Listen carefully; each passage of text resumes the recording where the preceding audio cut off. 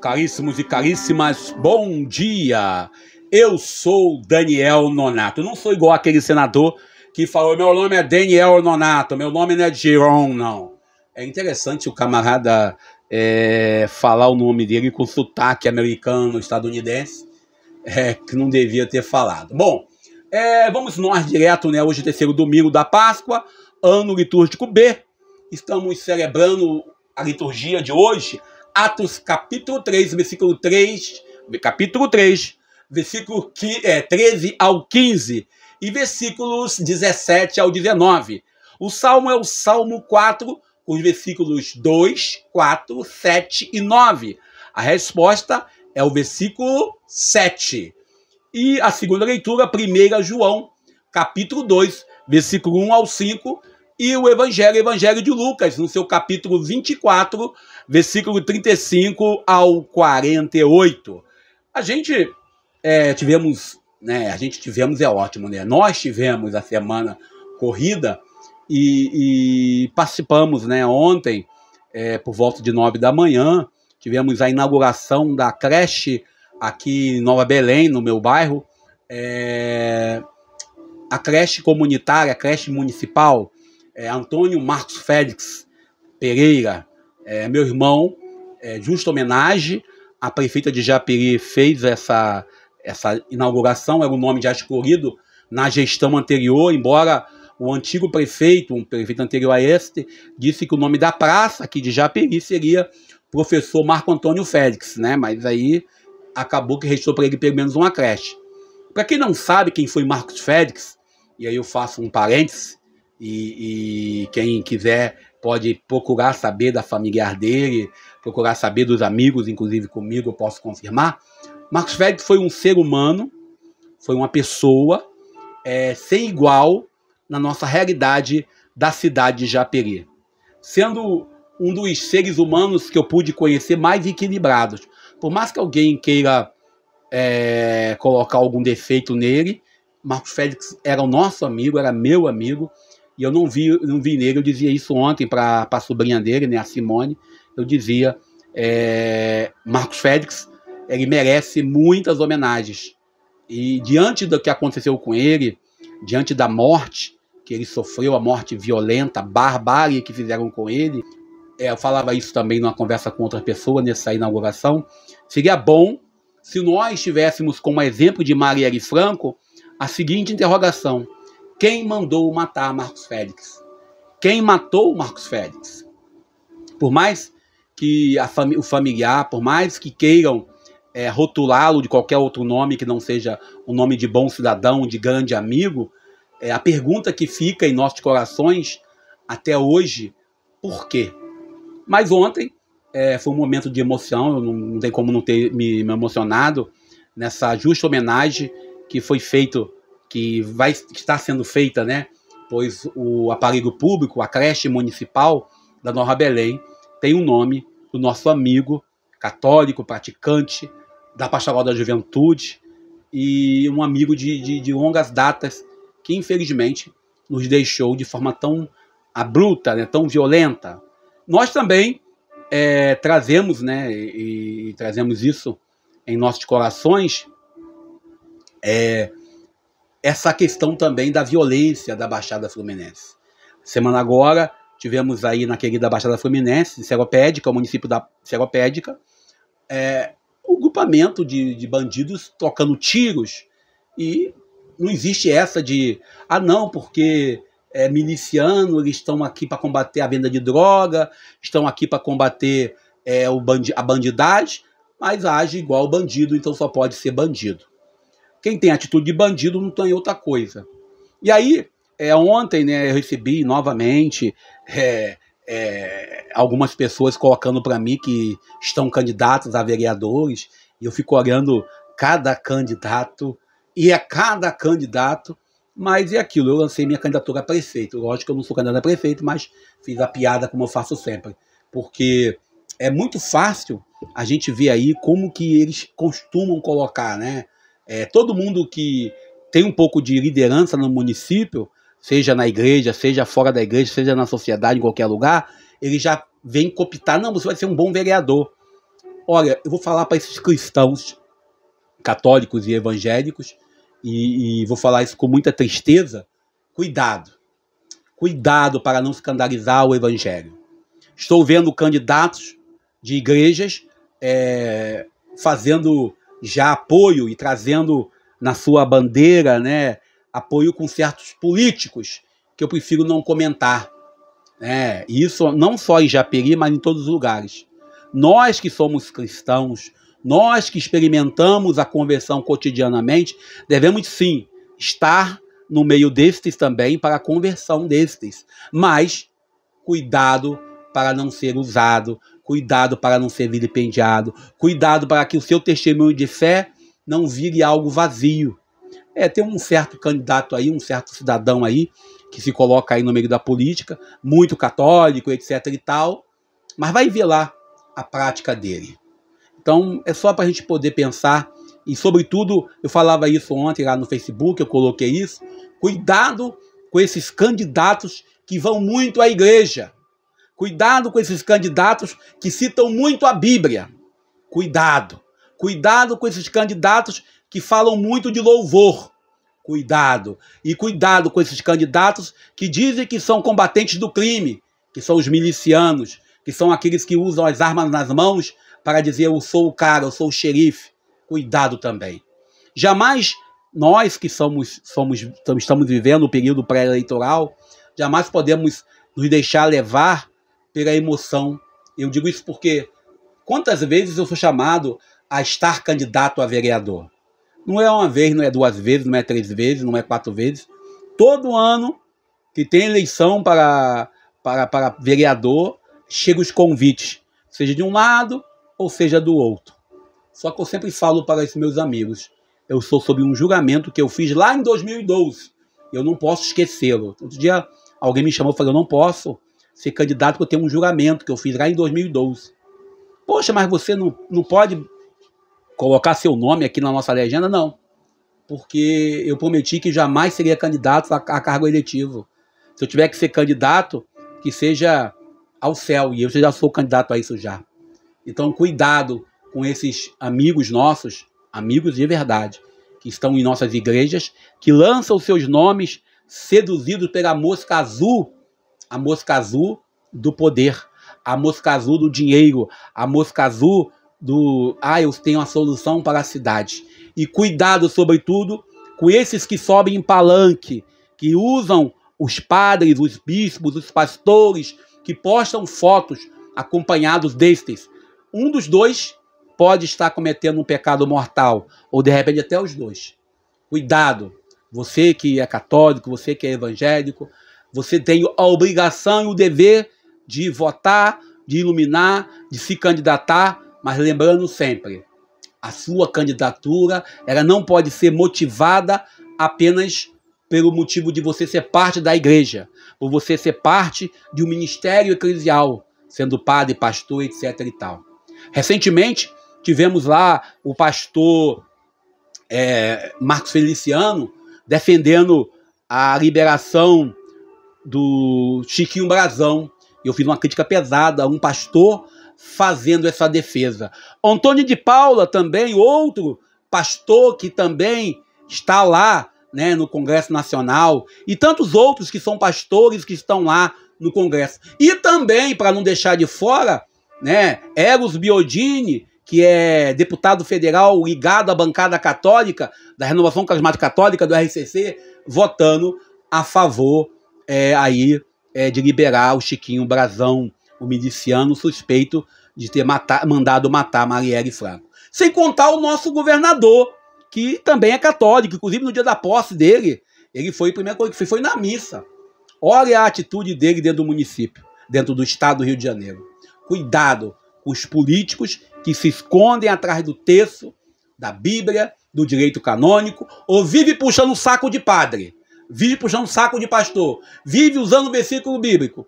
Esses são os piores, são os que mais sabem desviar, roubar e enganar. E nós, cristãos, devemos ter maturidade para não deixarmos ser usados por esse tipo de político. Bem, mas isso é um recado.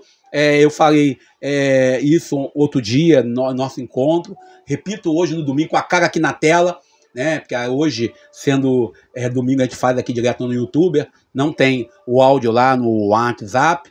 Então a gente vai direto aqui no YouTube. Lembrando hoje, o evangelho de hoje. O evangelho de Lucas, capítulo 24, versículo 35 ao 48. Lucas narra uma aparição de Jesus ressuscitado aos discípulos. E Jesus hoje, ele faz uma coisa interessante. Ele pergunta se tem comida. Uma das coisas para provar que estamos vivos, e aí a pergunta é essa, é você se alimentar. Você ter a necessidade de manter esse corpo. Na história da igreja, nós tivemos aí algumas heresias, né? Entre elas o monofisismo, entre elas o arianismo e outras heresias que defendiam que Jesus tinha apenas uma natureza. E Jesus, ele nesse contexto, provando que ele tinha morrido, pois transpassaram o seu coração com a lança, lá na sexta-feira da paixão. Mas hoje, ele simplesmente pede que tem algo para comer, provando assim a sua corporalidade, provando que ele plenamente tinha um corpo, que plenamente ele estava ali de corpo, alma, e aí, como diz na Igreja Católica, e divindade. A gente, quando entra nesse evangelho de hoje, ele pode ser comparado com o evangelho de semana passada. Semana passada eu gravei um áudio assim meio devagar, no contexto pleno, porque nós estávamos com problema na câmera do celular, e nosso celular está pedindo já outro, e eu estou passando alguns perrengues. Outro dia ele travou, não conseguia mandar um áudio, eu tinha que botar o fone ou colocar o microfone para poder mandar o áudio. É coisa da vida. Fazer o quê, né? Já está com 5 anos, então está na hora de trocar, mas enquanto puder, vamos nesse velhinho mesmo. Interessante que esse terceiro domingo da Páscoa, ele traz essa corporalidade de Jesus. Interessante, novamente, que esse fato ocorre no contexto depois dos discípulos de Emaús, no contexto do discípulo de Emaús, quando nós temos aí uma realidade onde a comunidade está trancada. Ressuscitar, voltar dos mortos, vir de novo à realidade deste mundo, nós somos colocados nesse contexto para contemplar quem somos nós. Quem somos nós perante as dificuldades da vida? Nós ainda estamos trancados em nossas ignorâncias. O evangelista Lucas traz para nós, de forma catequética e pedagógica, essa experiência do Cristo ressuscitado. Lucas tenta, de um jeito muito pedagógico, nos apresentar um Cristo real, um Cristo que está ainda no meio de nós. Lucas, ele não tenta trazer um Cristo no abacadabra, o Cristo mágico que algumas igrejas pregam, aquilo que eu estava lendo outro dia sobre o Cristo que uns e outros, trazem, o Cristo milagreiro, o Cristo da teologia do domínio, o Cristo da teologia da prosperidade. Nesse texto, nós temos que tentar compreender primeiro qual é o contexto dessa igreja primitiva. É uma igreja acuada. É uma igreja que ainda não sabe se de fato continua ou para.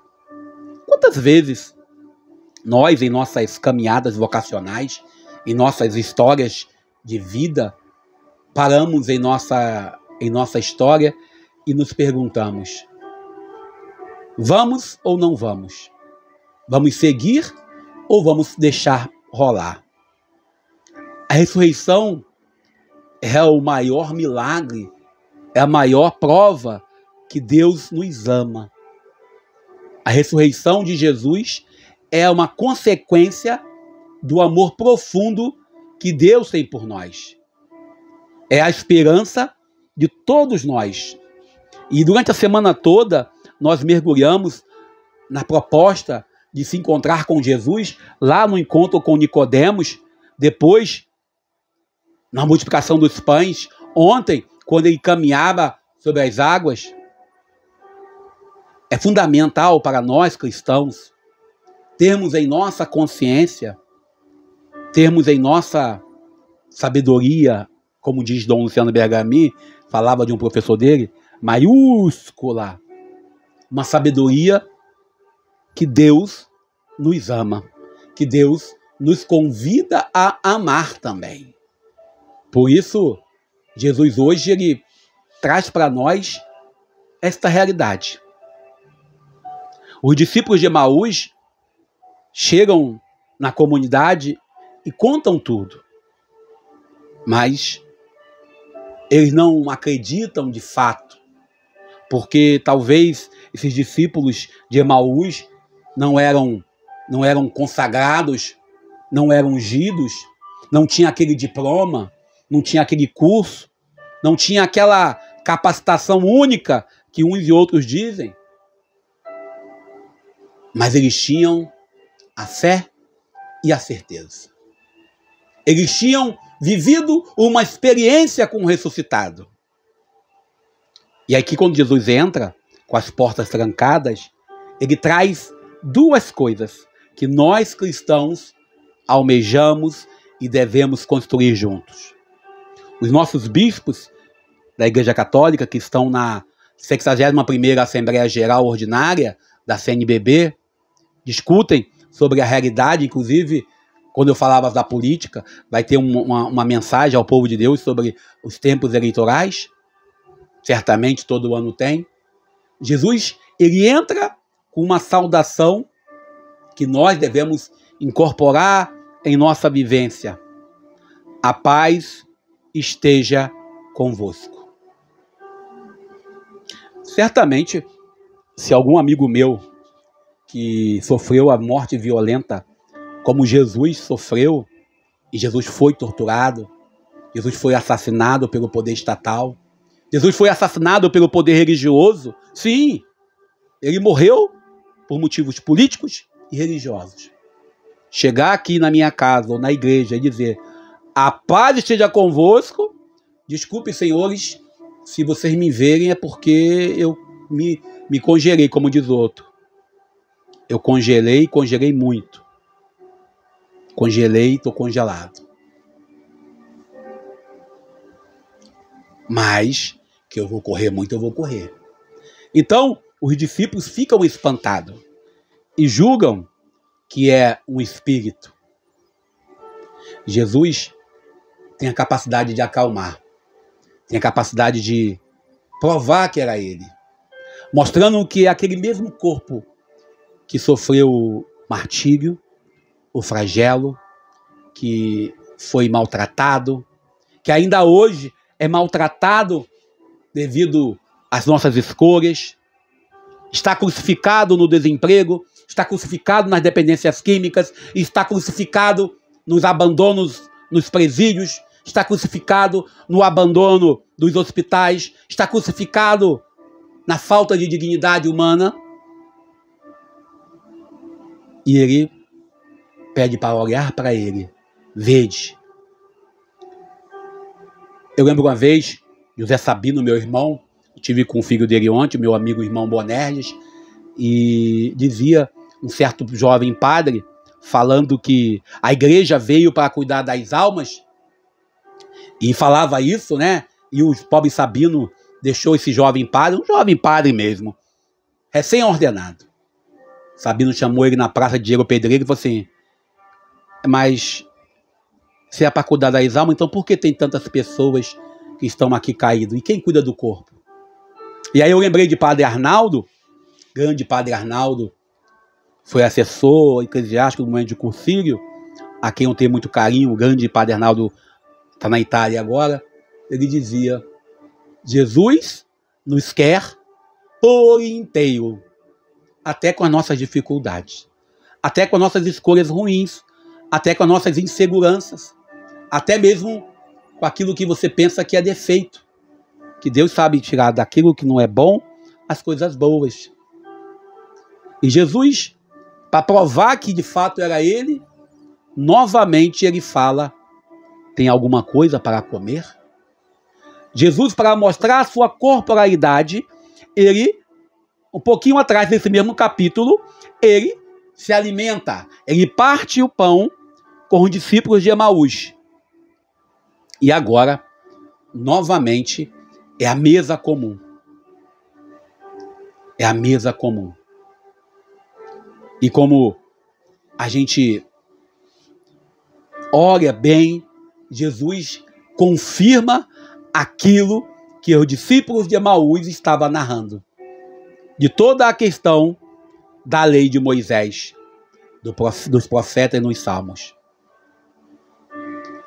E aí o autor sagrado de Lucas procura trazer para a gente essa reflexão, diz assim: abriu-lhe-se o entendimento para compreender as Escrituras.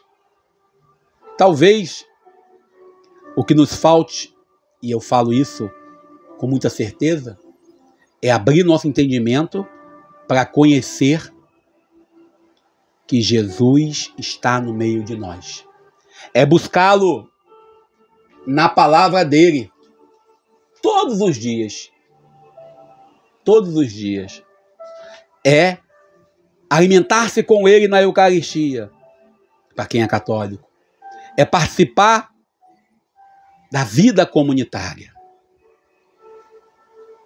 Jesus entrega a cada um de nós a difícil e a fácil missão de testemunhas.